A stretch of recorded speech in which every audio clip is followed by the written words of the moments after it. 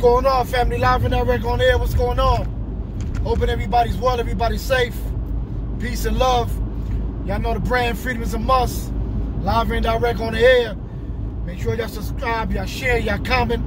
Don't forget to check my people's out. Success at the Lockdown. Big E. Don't forget Real Talk Podcast. And make sure y'all subscribe, man. Y'all like, y'all comment. You know what I'm saying? Real talk, real shit, man. Yesterday, you know, we had a meeting with Julio Medina at Exodus. And from Real Talk Podcast flew in from Florida. That's how important the meeting was. And E from Success as a Lockdown came down from Albany. Of course, Live and Direct came down from Connecticut. So, you know, we coming from all parts of the states to come down to this meeting. And that only tell you that the meeting is important. Down in this meeting, it's crazy, man, because let me explain what's going on. For all those that know me, what I do, they know what I do. For those that don't, you know, after I came out of incarceration for crimes that I really didn't commit, I dedicated myself to helping people left behind, you know what I'm saying? Prison reform, brothers that and sisters that didn't commit their crimes, or writing parole letters, getting brothers jobs, housing when they come home. You know, I network, so you know I don't got to be in New York to network because I'm in Connecticut. That I ain't got no contact in PA, in Philly, you know, in different parts of the states. You know, we got connections. We stay together. We network, so we able to help everybody as best as we could from wherever in the states. And we expanded right now to get out the country to help other brothers and sisters in other parts. So there's this brother, man, that about 2 years ago, I mean, I know him for years. I was with him. We was locked up together. And happened to be a brother that my moms and them knew. His mother, his father that passed away and all that. And, you know, for the island. So this brother had 36 years in prison. He was coming home, gave him my word while he was in there, said, I'm going to take care of you just like I take care of everybody else. And sent packages, whatever. In any event, you know, when brothers got that much time and they lose everything and they go to prison, they don't have nowhere to go to. They got no money. They got nothing. Family passed away. They got nothing after 36 years. You know, imagine it. 36 years in prison, no contact with nobody, no nothing. You lose everybody. So in any event, I took care of this dude. I said, when you come home, I got you. I got this little room for him. It's like a studio. Held it down. 2 years. Didn't rent it, did nothing. Lost money on the rental because I held it for him and I didn't want it to be that I had to kick somebody out when he came home. I got the parole, senior parole to state of Connecticut to get his interstate transfer into Connecticut. Everything was approved. 2 weeks of getting approved, he's supposed to come home. So I tell him, listen, you're about to come home. I'm going to get you on your feet best as I could, you know, because you got to man up and do your own shit. You got to be your own team. You know, I'm going to give you that push. And that push that I'm giving you housing, I'm getting you on your feet so you ain't got to go to the streets. So when you come home, you got to take care of, you know, you got to pay rent for the room, you know. It's not freebie. You know, nobody gets nothing for free out here. You know what I'm saying? And even if you try to give it for free, you got to let somebody pay something just to show them that they have to have responsibilities. All of a sudden, he flipped out. He got mad. Yo, and why, this, that, whatever. So I explained to him, I said, you think I'm just going to give you the room, you're going to live rent-free, have no responsibilities, and I got to lose out on rent or whatever it's going to be? So he got mad, signed up for Exodus, ended up going over there, getting a job over there, whatever. So it's crazy, man, that after 2 years, I go to this important meeting because we're trying to open Exodus with Success as a Lockdown, a Real Talk, and some other programs that we got out the state, out of Connecticut, out of Massachusetts. We're working on that right now. We're looking to expand these programs that these states don't have. So I get there, I see E, I see Ann, they tell me park up, and I see that this dude is right there, not with them, but amongst them, you know, right there. And as they tell me to park up, I try to, you know, I park up or whatever, and this dude approached me, the same dude that I helped out for all these years, and that 100 dudes would get on here in my comments and verify. Big Pete, a lot of dudes, Stacks, a lot of dudes can verify. I took care of this dude. Just like I took care of many motherfuckers when I was in and when I was out. And he gonna tell me we got some beef we gotta finish. So right away, man, I get to that ego shit. I get to that confrontation mode shit, that beef mode shit. And I'm saying, damn, I don't want to embarrass my boys that I'm coming to see here. I don't want to get into no shit. I don't want to embarrass myself after I change. You know what I'm saying? I'm not with that beef shit, that fighting shit, none of that shit. I don't even involve myself with them type of people like that no more. I involve myself with people that's 100, keep it real all the way. You know, not that I'm no sucker, none of that. Like I said, dudes that's on my Instagram and on my social media that know me in and out, they know. They can verify I ain't no fucking pussy. But, you know, I'm beyond all that there. I ain't got to go there. So, I tell them, yo, man, get the fuck out of here with that, man. I ain't got time for that. I'm coming here for an important meeting. And in my mind, I don't want to embarrass myself to Julio Medina, that he see that, he's out there, he's looking at me, he's waiting for me to come in, he's waving, he's there. So, I had to put myself on check mode.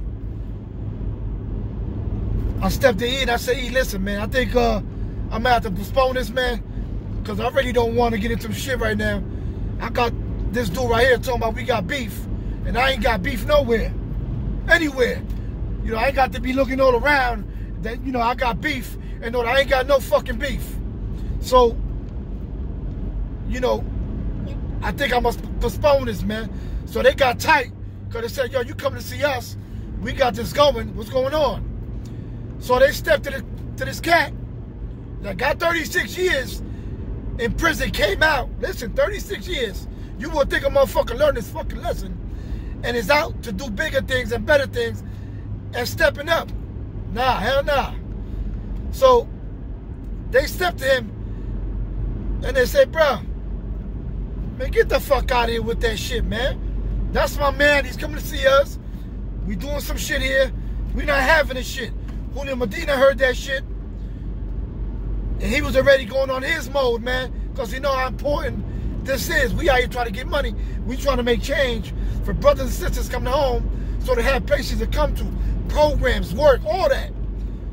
So we doing big things. We not playing no games with this shit. But I mean, freedom is a must. I mean, y'all take this shit 150% for real. Real talk shit, man. You know what I'm saying? And so they hit that in the bud. So the dude said we talk later, no problem. Anyway, my thing is, man, that I thank God it didn't escalate. Because he could have said something else, kept it going. I could have said something else. You know, ended up back in prison over some nonsense. The dude was on life parole, and he's still looking for problems. Did 36 years, and you're still looking for problems. You know what I'm saying? And after 36 years, bro, you out there doing porter work, sweeping the stoops in Exodus. That only showed me that you came out with a brain this small. And I ain't trying to judge. I'm not trying to judge and trying to bring nobody down. That's not what I'm about. But it showed me that in them 36 years, you wasn't writing things down and putting it in the brain to what you was going to do when you came home. You didn't have no goals. You came out with your brain like this. No goals, no nothing. Nothing for success. And you out here sweeping stoops and living in Exodus and sweeping stoops in Exodus. That only showed me, man, that you ain't ball status, man. So this is how the devil work. The devil sends the devil, this nigga, to try to come and stop a real nigga trying to do real things with real people and trying to help real people coming out the system, to better the system, to keep them out the system so they don't have to go back to those revolving doors into the system. You feel me? So here go the devil trying to stop everything I worked so hard for. You see me come out, all my jewelry, type of car come out, I'm shining. You know what I would have did? First of all, after 36 years, if I did 36 years, my mindset would have been as it is now, business. Looking for brothers to network, to get money, to do the right thing, to help those left behind. I wasn't coming out here with no bullshit. That's that. So what I would have did was, damn, homie, you know, I apologize for whatever. I ain't stay in contact. You know, I was wrong. You wasn't wrong. You took care of me. You know, I just got a little scared because I was about to come home and parole got approved over there. All of a sudden now, you said this and now that shit flipped my story. Whatever. Man up. I'd accepted that. So I would have came out that way and said, listen, man, I'm still here. I'm living in Exodus. 2 years I've been out. After 36 years, I'm still doing this. What up, man? You know, anything for me to do? Yeah, hell yeah, there's a lot of shit to do. I got a building up this motherfucker way of 5 stories that used to be a bank. On top of it being a bank, it got hundreds and hundreds of offices. You could have been head of maintenance, head of security. You know what I'm saying? Because I'm not going to put you on the ground level. I'm going to put you shoulder to shoulder level with me and everybody else. That's how I do. I don't go around talking that bullshit. If we all can't be bosses on one level, shoulder to shoulder, then that means we can't be together running the business. We all bosses.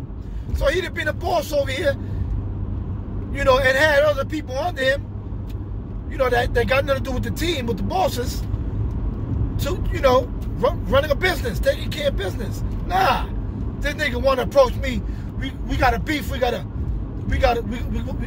finish up here. You know, and I thank God, man, that he gave me the quick response, the quick thinking. You know, I went back to the ART shit. Stop, think, listen, go back, rewind. You go to jail. Something happened here, shit get crazy. You want that? You want our system shit? Nah. Stop, think. I thought about it. Told him, yo, man, get the fuck out of here with that shit, man. I'm coming here for business to get money, man. I ain't got time for this shit, man. You know what I'm saying? And sure enough, man, you know, after I finished the meeting with Julio, Eric, Anthony, Mark, Arthur, and we did what we had to do. A couple of hours later, everybody dispersed to do what they had to do. And, you know, I left. The dude told me to wait for me to talk to me. When he come out, this, that. I ain't see him there when I came out. You know, Ian and them verified he wasn't even around.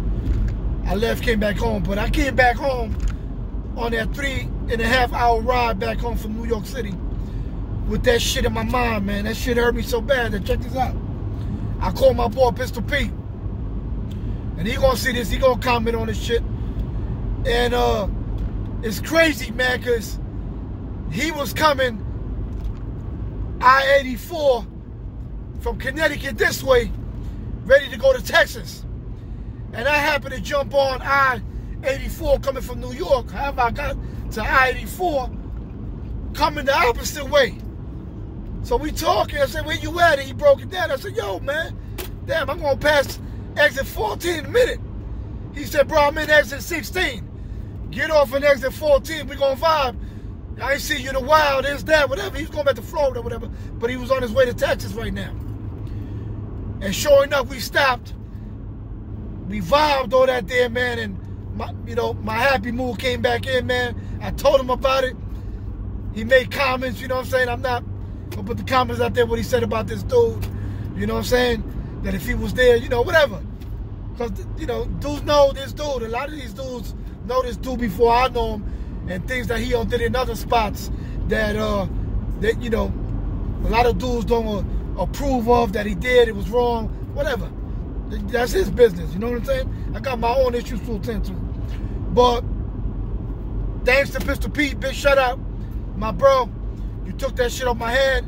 After I saw you, man, I went on my way, you know, home. So, you know, it was a good thing that I stopped. I was able to vent for the 15 minutes we talked, we vibed. And so I appreciate you. And one thing I appreciate brothers like you, that we've been together in these situations, in the prison or whatever, and we're able to talk to each other because we understand each other and we know situations. And when I was in Exodus yesterday, I happened to talk. We was talking to Anthony from Real Talk, and he said it. You know who the real brothers are? The real brothers are the ones that step in the middle and say, man, get the fuck out of here with that shit, man. We're not letting this shit go down, man. Versus the brothers that put fire into it. Because, see, they're not shining, so they see you shining, and they mad, so they want to hate. So what they do is that they throw that shit in the fire so the situation can happen and shit can go down. You get what I'm saying? So I thank God for Pistol Pete, for Ant, for E, Mark, Arthur, all the brothers over there that stood ground over there, said this shit ain't going down. You know what I'm saying? Fuck all that shit. Yo, get up out of here, told the dude. You know what I'm saying? And everything was at peace, man. You know, I went back into that mode, business mode. Because we trying to get this money in. We're not trying to have anybody stop us from helping these brothers and sisters that are in jail, suffering, have no lawyers, because lawyers don't want to take pro bonos in these days because it costs money to do certain things. And thank God for people like me, Bush, John Bunn, and a lot of brothers that are out there that came home and they out there really helping these brothers and sisters. They're looking back. They're going from state to state. I can't forget attorney Marty Tackler, who was my lawyer as well in the case I had last year, and the case that's still going in the course on a lawsuit. And Marty Tackler, the exoneree, was my attorney. And so thank God that we out here to able to assist these brothers that can't be assisted by attorneys, because it costs money and attorneys don't want to do these cases for free.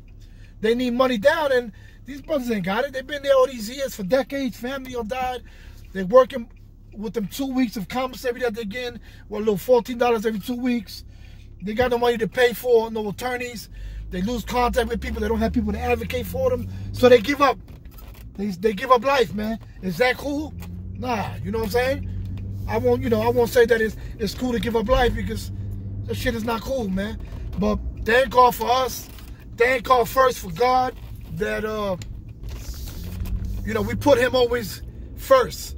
We put him first, man, because he's the one that allows this to happen. Without him, nothing happens. You feel me? And so he come first, man. Without him, there's no us. Without him, there's no program. Without him, there's nothing. So we blessed to have everything that we have. Thanks be to God. Thanks to him. You know what I'm saying? And real talk, real shit, man. I had to let y'all know about this, man, because this shit really bothered me, man. It was kind of fucked up that the devil was sent at me this way when he could have came to me like an angel and came the correct way what it got put on, man. And the crazy thing is that before I left and all that, while we were still upstairs setting up to have this meeting, the dude approached me afterwards, after he got approached by these dudes, and he gonna tell me that he needs to talk to me before I leave because he needed assistance, he needed help. Now I'm supposed to turn around and help this dude. You know what I'm saying? And mind you, I walk daily, man. And I'm gonna fuck if I'm not broadcasting it, man. I walk daily. Look. See that? Daily. Look at this. Hundreds. You see this? Hundreds. Look, 50s. 6,000 right here in my pocket. 6,000. So, every day I try to be right. You know what I'm saying? Because I'm about business. I get business here, business there. I do what I can to get this money to survive. Because if I don't do it, who's going to do it for me? You see what I'm saying? So my thing to do that wasn't to show off. My thing to show you that is to show you that he came the right way. He had a job with the bosses. He just sat next to me like a king. You feel me? And before I left, I'd have gave him a couple of stacks. I did it to other dudes that came home and had nothing. There's a lot of dudes out there that know. Please comment, bro. Y'all brothers see this shit that y'all know. I took care of y'all, clothes, approached y'all, and gave y'all this, gave you that. It ain't about bragging, just to let niggas know that I talk real shit, real talk. So I would have gave him a couple of G's, a couple of stacks. Here, bro. Get on your feet, get right, and I'm going to set something up down my way, so when you come over here, the light is on for you, bro. Light is turned on for you. You know what I'm saying? Open doors. And you'd have been right, man. Like, so, I'm disappointed, man, that after 36 years, you ain't learned your lesson, man. You're still stuck, and I'm sorry to say I'm stupid. And I'm sure after this video, you see me again, you're really going to try to retaliate. You're going to come a different way and all that. And mind you, that after he told me we got a beef we got to attend to, this is what he told me. Yo, yeah, and I'm strapped. And I'm ready for anything. And you see all the dudes across the street? Those my peoples. So it's crazy because he know, and he can verify. I stood face to face with him like this. I didn't blink. I didn't put my chain in. None of that. E, you know how I went over there. My chain, all my shit out. I ain't tucked my shit in when I came in, throughout the whole time, when I came out. And I ain't got to, like I said, I ain't got to be explaining all this shit, man. I'm just, but in any event, so I look across the street, and, you know, again, I'm not bringing people down, but I saw a bunch of brothers that looked like they were still on habits. One with his eyes closed, like he was still on diesel. And I'm not knocking him down, because we all need help. And if he needed my help, or feed him, or he was hungry, I'd have went over there and blessed him too. You get what I'm saying? Because I don't like to see that. I don't like abuse. And I don't like none of that stuff there, man. I help all peoples, man. Whether they down, they drug addicts. That's what I do. So I look over there and say, that's your team? You know what I'm saying? I'm looking at my mind, I'm saying that. That's your team? You know, so I know, one, you ain't had no strap. You're on life on parole. You're working for Exodus. You ain't got no gun on you, bro. Parole can roll at you anytime, whatever. You're not going to be that stupid, bro. So that was corny. Two is your peoples across the street. They were there waiting for a meeting, stuff in the building for Exodus, and all that. Yeah, they know you, and you know them because you work there, and whatever. Or they know you from the bid and all that stuff there. But you was there dolo, man. I was there dolo. You know, I didn't get back in the car and run, nigga. When you came and approached the car as I was parking, I opened the door. I opened the door and turned my car off calmly. Turned my car off. Got what I got to get. Locked it. Hit my alarm. And was face to face like this with you, bro. Face to face with you. You know what I'm saying? I didn't get back in the car, open the window, talking to the window. None of that. Like I said, man, you know, E and brothers is there. They know I wasn't shaking, nothing like that. And my thing is that I'm a positive dude now, man. I'm about change. And I'm not with no beef. I'm not with looking for no trouble. You know, if anything, I continue to go from state to state, making friends, to collaborate with, to you know, for success, to start new businesses, start new things, do new things, and stay positive, and most of all, stay out of prison, where, you know, to stop this injustice shit, being up in there, man, it's crazy. You know what I'm saying? But it disappoints me, man, that I understand if a person went to jail for a year, came back out on the same bullshit, you know, he's still fresh from the streets after a year or two. But 36 years, homie, you come home, and you're still with the same shit. You disappointed me, man. So peace and love, man, to everybody. Success after lockdown. Make sure you subscribe to that page, live and direct on the air on all social media platforms, Real Talk Podcast. Make sure you subscribe. Stay in tune. There's programs out here to help you brothers and sisters. Exodus, doing big things. Been doing big things. Big shout out to Julio Medina. Man, you're a legend yourself. God got blessings and more blessings for you. Because what you have done for the peoples is a program and things that nobody has done nowhere in the world. You not only take brothers and give them housing, you give them jobs and opportunities where you at. And that right there's a big blessing itself when other jobs want to discriminate and don't want to help ex-offenders, man. So, you know, I commend you. I commend E. We're about to work together. And Mike up in CT. You know what I'm saying? We're about to do big things, bigger things. Stay tuned. And y'all already know what it is, man. Freedom is a must.